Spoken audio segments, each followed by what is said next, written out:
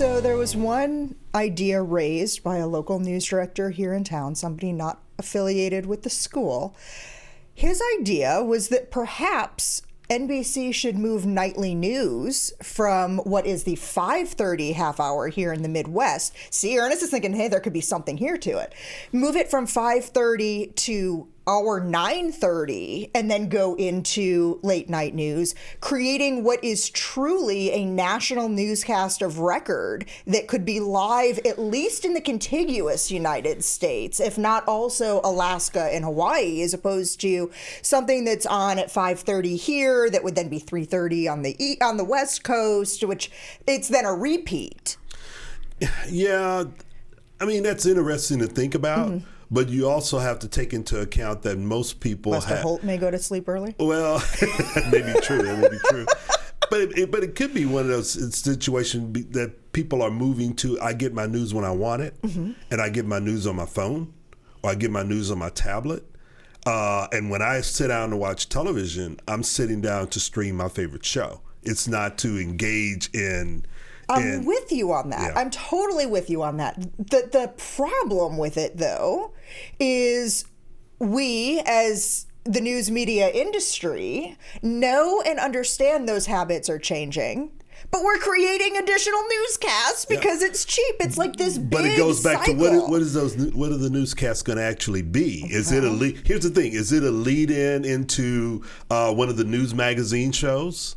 Like 2020? I was going to say, or for like Dateline, which Dateline, frankly, if you look through a guide right now, you can watch Dateline on every single, 24 hours a day, you can watch Dateline somewhere. And actually, I read that Dateline has also now launched a premium podcast, so you can pay to listen to Dateline too. Right.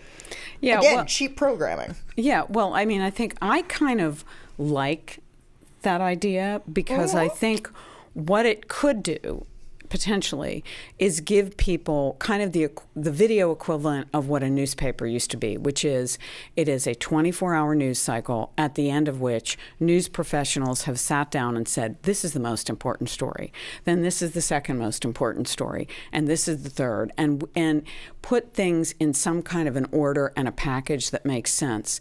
That is not happening in the way people consume news now. I think people are going to have some nostalgia for that. Mm-hmm. And so I think it's an interesting idea. And why not, at the end of the day, sum it up? Yeah.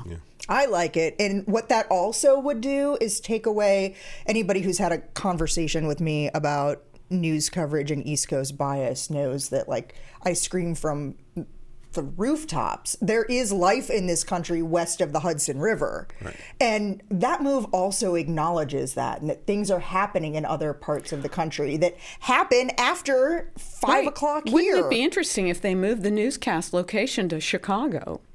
They tried that. It didn't hang for a long time. But for a late night, it could. It could. It could. Yeah. Okay.